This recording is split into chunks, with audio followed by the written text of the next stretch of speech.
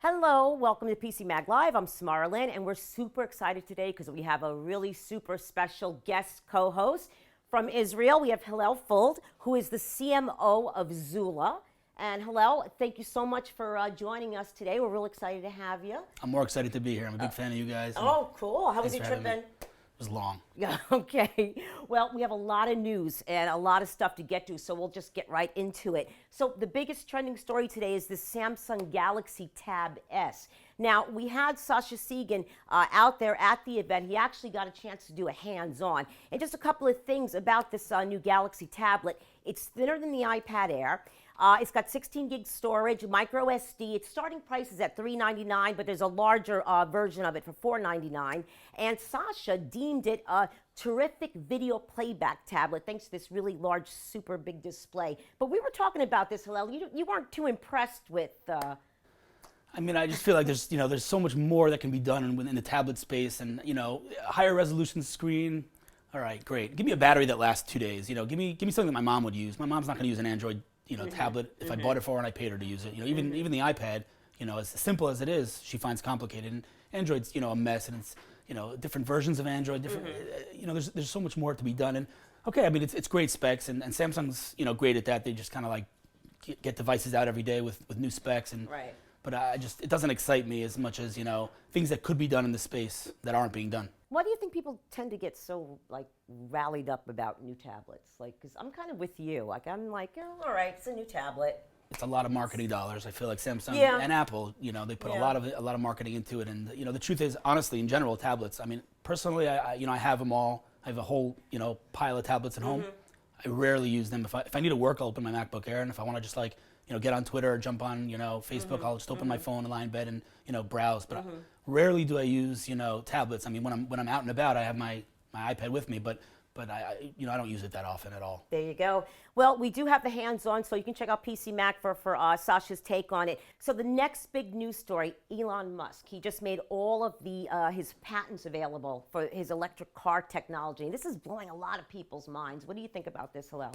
Elon Musk breaks all the rules. I mean, he's, everything that you think is, the way businesses are supposed to be run, he kind of thinks completely out of that box. He doesn't even think about the box.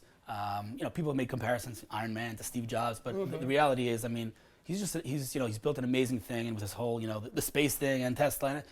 I mean, listen, this new announcement of him releasing his patents is just another piece of evidence that he's really just different than everyone else.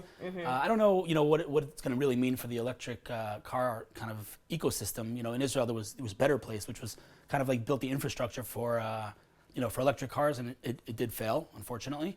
So I don't know. He's trying to build out a platform, I guess. I don't know exactly what the strategy is here, or if there is a strategy, or if it's a PR move. I don't know. But Elon Musk is wild. Well, I mean, people are saying he stands a lot to gain a lot from this, as far as marketing and stuff. But there really is a sense of altruism about it too, because I mean, he really is trying to push this idea of energy efficiency and electric car, technology. So I think it's a good thing. Yeah, I think he's doing it for the right reasons, I think. Right. But, well, we'll see how it works out for him business-wise.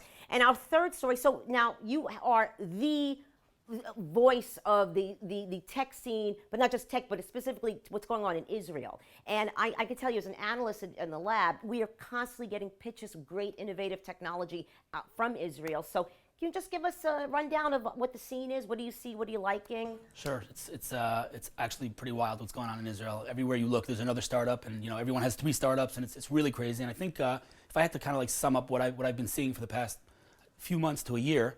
If a year ago or maybe 2 years ago, the dialogue was about the exit strategy, how you're going to sell your company, you're going to flip your company.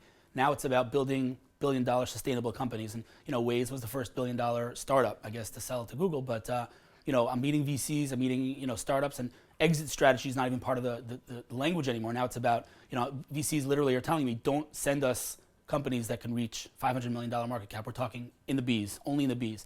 It's in the mission statement of all the VCs in Israel, and startups are really looking to build big companies. They're not looking to, do the next photo sharing app that's going to flip it to, some Facebook or somewhere else. And it's really interesting. I think, it's also across verticals. I think that, there is a lot of consumer, but there's definitely, a lot of growth in the B2B space, enterprise, and it's really interesting. It's, the level that you go to Tel Aviv, you walk around in the streets, and it's it's like nothing I've ever experienced. And I've been, to Silicon Valley, but this is. What's the hot tech? What do you think that's that one like disruptive technology right now? Oh, if I had to choose one, I mean, there's really a lot of them. But I mean, there's a company in Jerusalem that I've been helping and accompanying them from the get-go, kind of as an advisor. It's a company's called YouMove, and they've built, mobile eye tracking software only.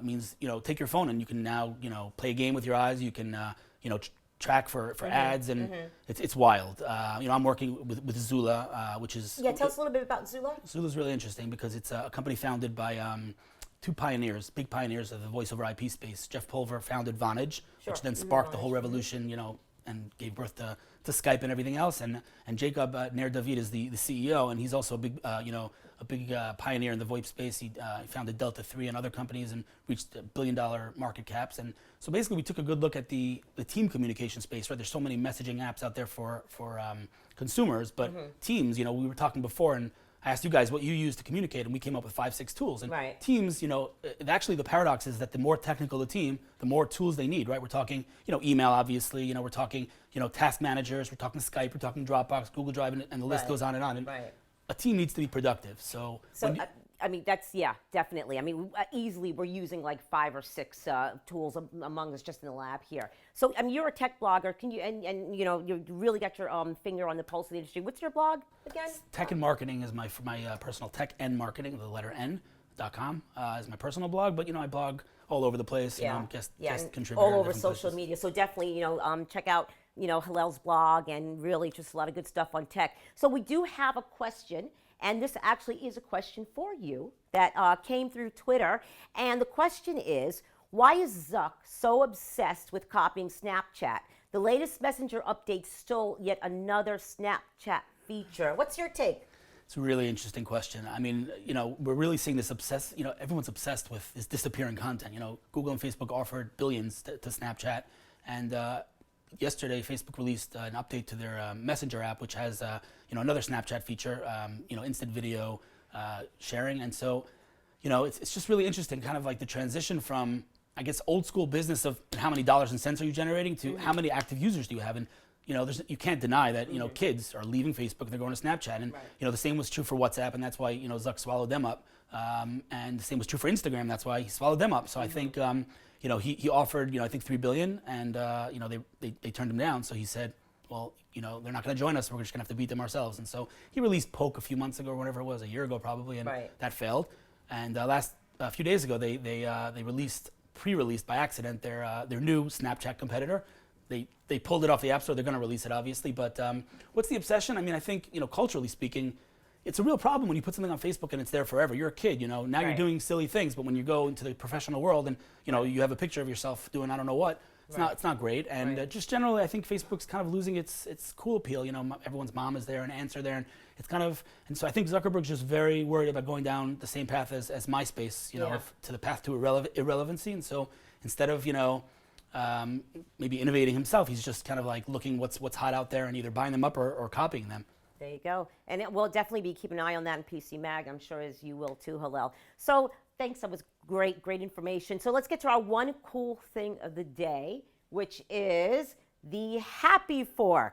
So this is a fork, but it's not just any fork. It's a smart fork. It's a Bluetooth-enabled fork. And what it's designed for, get this, is to help you with portion control. So apparently this thing, now this was reviewed by one of our analysts, Alex Colon in the lab here, and this thing buzzes every 10 seconds, like if you're eating too fast. So it's about $99.99. A couple of things about it. It comes with an online dashboard and a mobile app, and you can upload your specs, I guess how much you eat. And Alex was kind of lukewarm on it. The review will be up later today, but he had some mixed feelings about it. I mean, listen, the Internet of Things, everything's connected nowadays, and so I guess it was only natural that there would be a fork that was connected too. Although, I don't know, kind of like it's for measuring how fast you eat. I don't know. I mean, I'm not. Listen, it's also very heavy, and I don't think I would eat with this thing. But yeah, that's kind of what Alex was saying. The only way that would help me to control my portions if it shocked me or hurt me in some physical way, then maybe. But But anyway, it's an interesting idea, and the review will be up later today, so be sure to check that out. And again, Hillel, it was wonderful doing the show with you. Thank you so much for stopping by today. And of course, we will be back. Sasha and Dan should be back on Monday, so thank you so much for joining us, and have a wonderful day. Take care.